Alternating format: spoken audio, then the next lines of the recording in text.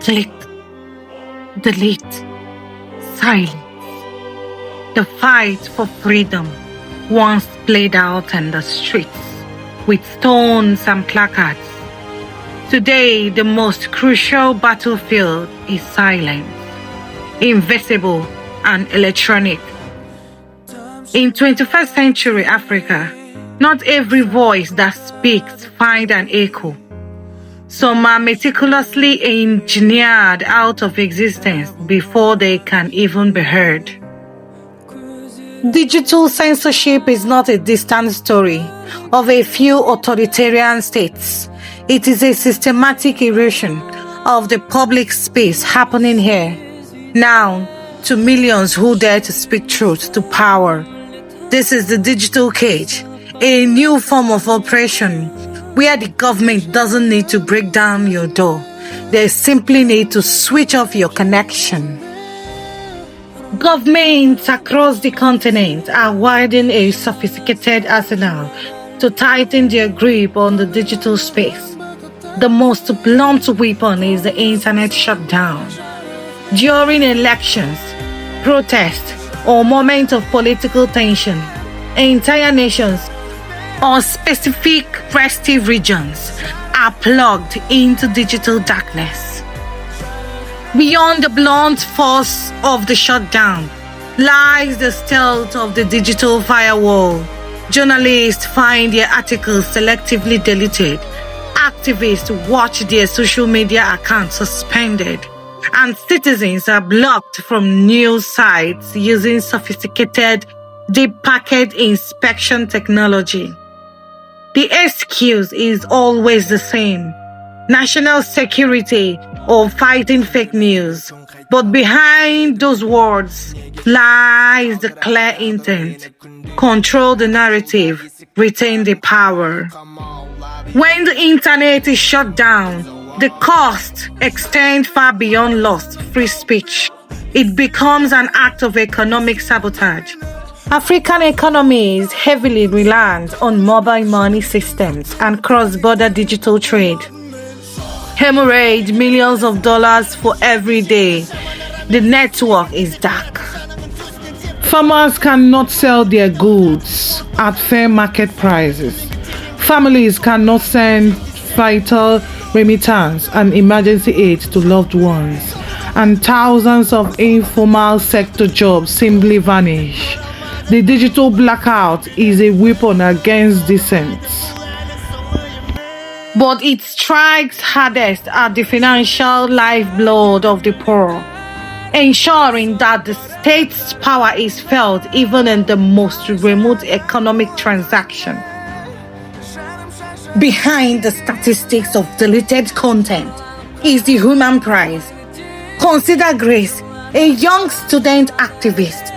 Her post about regional government corruption once reached thousands and drove change. Today, her website is blocked and her social media account permanently suspended. She faces threats for challenging those in power. Her crime was simple transparency. Or take David, an investigative reporter. His story exposing a massive land grab vanished online within hours. Not due to technical failure, but due to a direct state order to the internet service provider. He found his name and reputation smeared by coordinated disinformation campaigns. For those who dare to speak, the penalty is isolation, poverty, or worse.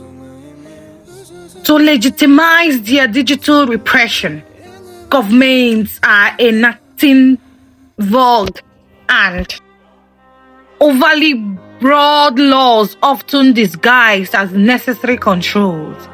Cybercrime Act and fake news bills are the new legislative camouflage. These laws are intentionally written to be weaponized, criminalizing dissent, satire, and legitimate investigative journalism. The objective is to create a chilling effect, Self-censorship becomes the new normal. Why risk 5 years in jail for a social media post that could be deemed defamation of the state or spreading false news? By stripping citizens of their voices through judicial decree, governments deny them agency, dignity, and the fundamental right to hold leaders accountable. Digital censorship turns the internet, once a tool of liberation, into a vast echoing wall of silence. The cost to society is profound. Without free speech, corruption thrives unchallenged. Without independent digital media, power remains entirely unchecked. The digital battlefield has replaced the streets, but the struggle remains the same. Freedom versus manufactured fear. When critical reporting is eliminated, the only voices left are those of the state and its allies. Citizens are fed a diet of political misinformation and distraction, making informed consent impossible. The digital cage not only silences the individual, it suffocates the entire ecosystem of democracy. Yet the silence is never absolute. Across Africa, the fight for digital rights has found its new front line. Movements like Keep It On and coalitions of civil society, lawyers and technologists fight back using sophisticated digital tools. VPNs become weapons of truth, bypassing government firewalls.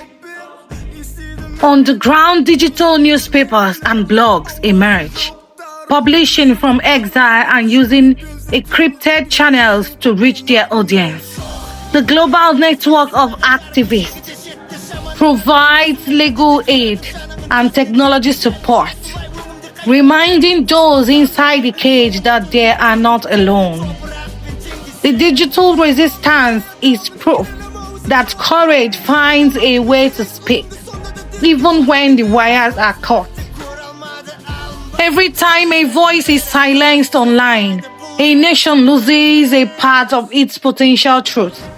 Every blackout, every blocked article, every deleted tweet is an assault on democracy itself.